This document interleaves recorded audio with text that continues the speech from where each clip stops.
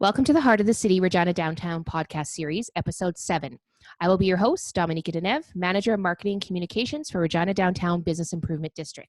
Today's guest is Christina Carlson, a business management consultant and owner of Carlson Consulting Services and the community co-working space Queen City Collective. Thank you for joining us today, Christina. Thank you for having me. Christina, why don't you start off by a brief introduction of both of your businesses and how long you've been working downtown? Sure. So my business consulting firm is a sole proprietorship of myself. I've been working on my own for 5 years, in and out of Regina. I've been working across Canada and North America, trying to stay in our local province as much as possible. Right now I'm working with some local companies on creating process improvement and strategy and kind of the reality of how to obtain their goals through metrics and key performance indicators. But I've actually been doing project management throughout my whole career since about probably 12 years ago now, when I started out in the pharmaceutical industry and made my way through mining and through a lot of other sectors in our province. So that's my consulting business. I've had a business downtown for 2.5 years called Queen City Collective. That is a co-work space that we have on Broad Street, 2054 Broad Street, just above the Regina Multicultural Council. This is a members-only space where people can buy a membership and come and go and have an office downtown, to a boardroom, access to other people, so you can have some conversation as you need to get through your day. We also have the Recharge Cafe on site, which is a vegan, gluten-free, dairy-free, bistro-style, amazing food cafe. They make everything from scratch. They are still up in operation. Actually, right now they're the only thing operating out of here currently. But it's a nice relationship that we have between our members who are just coming to get some work done and the cafe in order to provide some wholesome goodness for our brains to keep working, and coffee and some companionship. So it's quite a nice little environment. Yeah. So it's a nice, the reason I opened it actually was because with my consulting business, I got tired of working at home, and it was hard for me to switch off work at the end of the day, between work and home life balance. So it was really appealing to me to have a space like this for my consulting work. So I kind of balance both as I'm working here. Awesome. So. Yeah. And Queen City Collective, like you said, is closed at the moment. It's just Recharge Cafe that's still available. Yes. Yeah. Okay. It's just open to our members, and we are a lot of our membership are remote workers that work for companies outside of Regina. So they been directed to work from home. So currently just Recharge is here. Yeah. And you did mention something about how you opened the space, because, working at home wasn't always ideal. So how are you coping with working from home right now?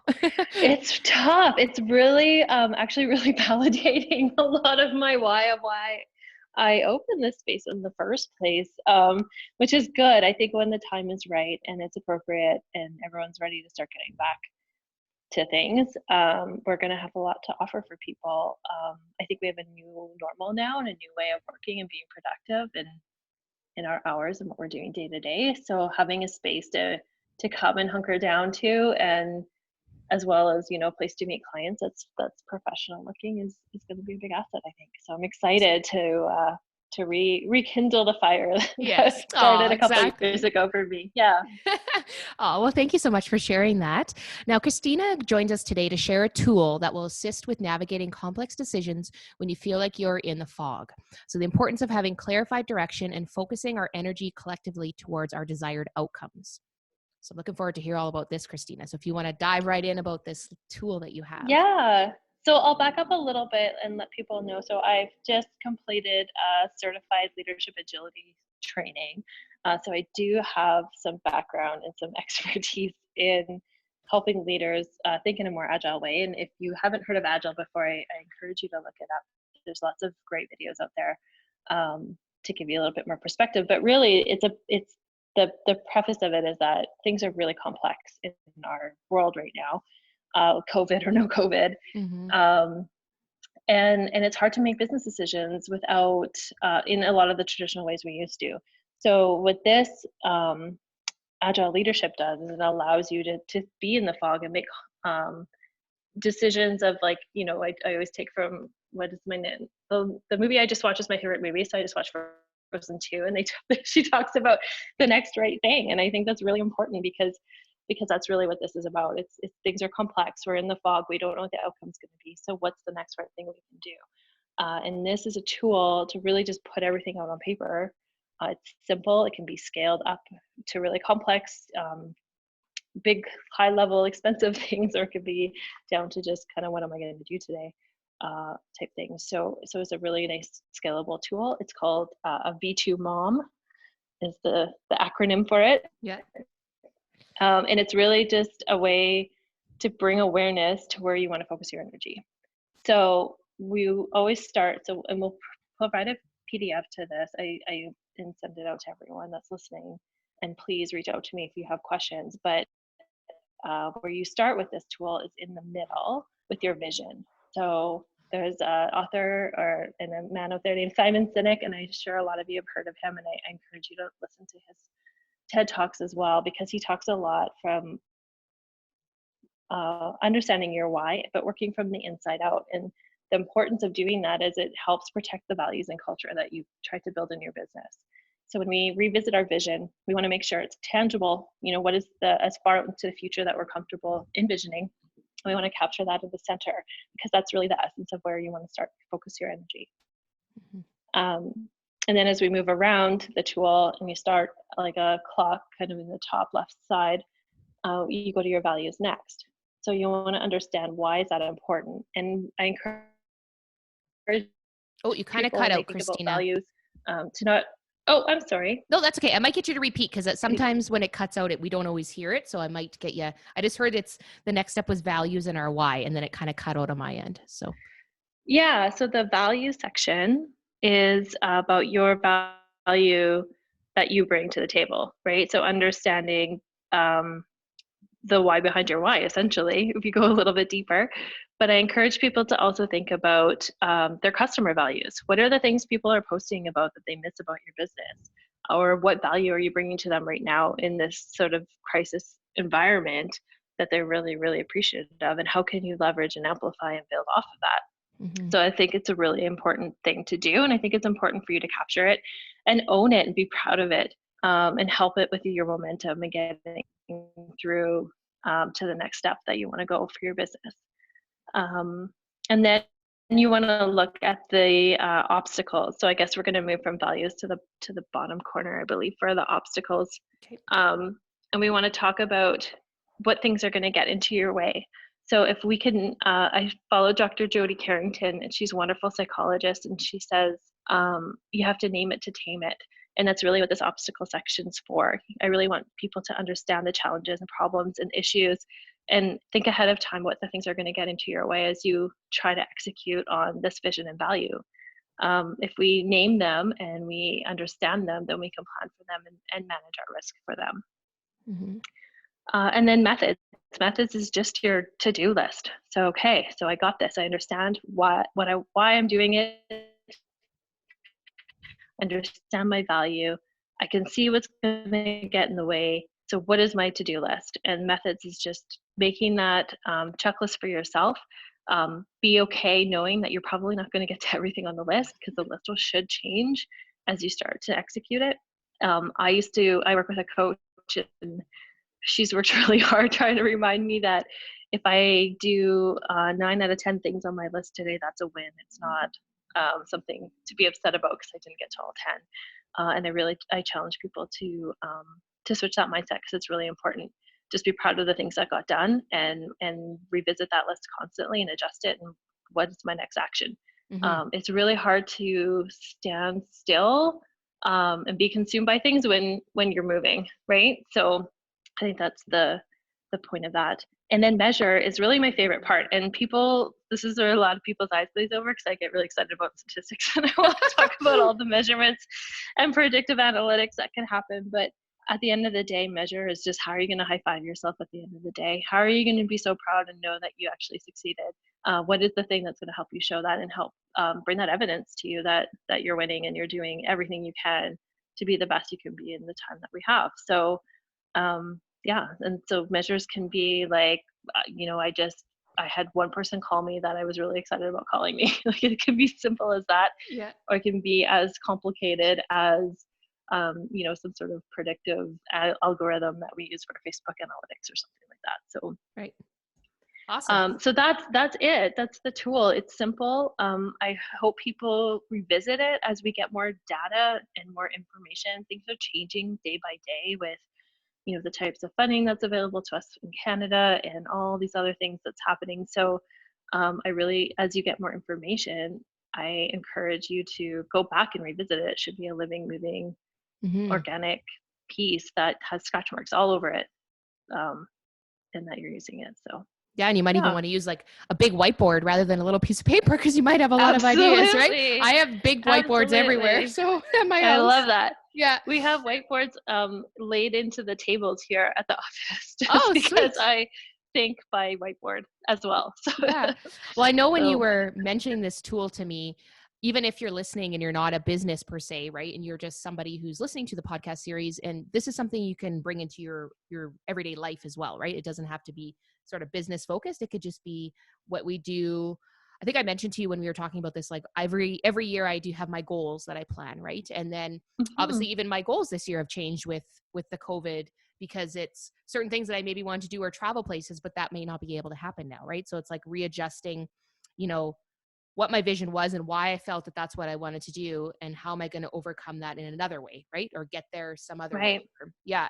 And I like your little points of, I was kind of making notes. So we go from understanding our why, then we go to the values. So being proud, what do you bring? What is it that you offer to people? And I think you mentioned, I liked it. You mentioned it the last time. What was it? Your love file? What was that you mentioned? Was that section that you brought up to me, having your Yeah. file? Yeah. I wanted to remind you about that Yeah. because I thought that was cute. And so what is that again? If you want to just let people know why you. Yeah, so that's just like I keep this file. This is again something my coach had helped me with. Whenever I get good feedback from a client or from someone I'm working with or from my kids or whoever, Yeah. I have like a notebook that I keep it all in, and it's like a tiny little love book I call it. Oh, And I cute. go in and I like, for times when it's tough and you feel like you've got nothing or you're failing or whatever, we all have those days, right? So Yep. so that's your value. It's reflected back on you with the people that you surround yourself with. So it's Exactly. important to keep track of that stuff for sure. Awesome. And then you said we roll into obstacles. So what's in your way, understanding them, naming them to tame them. So right now, I'm guessing this section, when somebody thinks of it, if there's a business, it might be kind of daunting because you're thinking, well, okay, well, COVID, the pandemic's the obstacle. Like, how am I going to get through this? Like, do you have any advice? Like, if that's the first thing that I would think of, right? That they might stumble upon. Like, what would you? But I think it's the old adage of eating an elephant, right? One bite Mhm. at a time. Yeah, So exactly. so really break it down to small steps. If something feels like oh my gosh, I'm never going to be able to get through that or over that or under it Yeah, or around it, then break it down yeah, into exactly. small little bits. And okay, what is one thing within that maybe I can tackle and take on, right? Yeah. Um, I also look at within obstacles, if it's something you can't. So I use this in health and safety all the time when I'm working with corporate clients. Sometimes there's just, you need to prepare for fire, for an example, right? You Mhm. can't, as much as we want to do all this prevention and preventative work to prevent a fire from happening, a fire could still happen. We can't always mitigate that risk completely. So what you want to do is create that reaction plan. How am I going to react to it? Because you can control some of that as well. So in your obstacles, if you find you've listed something that is a problem and a challenge that you absolutely don't know how you're going to tackle it, it might help shift your mindset if you shift to how am I going to handle it when it happens, and Right. think about that reactionary piece so that you're reducing the amount of impact that it has. Yeah. No, I like that. That's good. Yeah. And one thing I even think of too is, I've been speaking to some of the restaurants, is say the obstacle, and like you said, break it down. So really it's like, so if you take a restaurant, for instance, it's like, okay, well, we can't physically have people in our restaurant. So how do we overcome that? Right. So it's like, okay, then we can just do takeout and delivery. Okay. Well, we already Right. do both of those. So we're okay. Right. That kind of thing. Or maybe we don't. So we need to look into ideas of how to do that. So that would be kind of I think a simpler way to break it down. How I would look at it too. Right. Yeah. And also, like, how can you leverage Yep. that, right? How can you Exactly. make that better or take away the obstacles? Like, what are the things that are always those annoyances that got in the way when you did takeout and delivery previously? Like, now's a great time to spend some time eliminating those things and reducing them and finding those efficiencies. Absolutely. No, that's good. And then we go from there to methods. So you said again, your to-do list and checklist, and then just to be mindful of, I wrote down like celebrating small wins, right? Like never thinking Yeah. you have to achieve it all because it'll always change depending on how things go, and just celebrating small wins. And then the measures, I love it how you said like, like how you're going to high five yourself, right? So Yes. I think that's great. Which we Yeah. have to do now. Yeah, that's cute. We You always, can't touch anybody else. You have to do it to yourself, I right? know, you gotta Yeah. figure out how to high five yourself. We'll Yeah. have to do some videos on that later. Fist pumping or elbowing yourself, or as you can hear in the Yeah. background, my dog barking. So you might do something with your fur baby. Yes. I So high five my cat a lot. He hates yeah, it. that's too funny. Aw. So any other additional advice that you'd like to One give? thing I want to go back to the to-do list, and so I just want to go back to the to-do list too, and just understand for everyone as well that this is supposed to be flexible and and something that you can be shifting with and moving with and fluid with. So if there's, just because you wrote it down doesn't mean you have to get it done. Like, it's just as important to let go of things that aren't works. Want to reintegrate that Absolutely. into as well. Yeah. Awesome. But no, I just wish everyone lots of health and safety and love, and to know that they're not alone. And there's so many of us all going through the same people, and my job as a connector is to connect people to what they need. So I really encourage people to reach out and not to hesitate to ask me for Absolutely. help, because that's what I'm here for.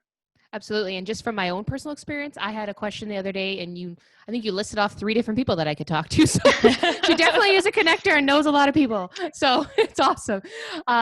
So lastly, if you just want to let the listeners know where they can find more information about your services and your offerings, Christina.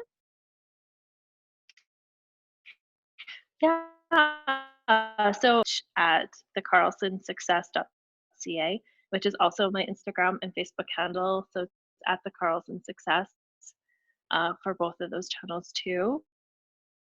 Or you could collective. We have a contact form, email form on our website, and my phone number, actually, the phone number you call for QCC is my number. So you can get a hold of me that way as well. Awesome. And then I'll just remind everyone, the tool that Christina did go over, the V2 Mom tool, we're going to link it probably on our Instagram, and then we will have it available, and I'll put a little caption in the podcast when we post it that if anyone is interested in this, we can send them it via email, and Christina's information is all there, and she is accessible to reach out if you have any questions. So on behalf of everyone, I just want to thank you so much for joining us and offering this tool. And I look forward to you possibly coming on again if you have any more advice and things you want to share with us. So Yeah, I look forward to it. Thank you so much for awesome. having me. Thank you. Have a great day. You too.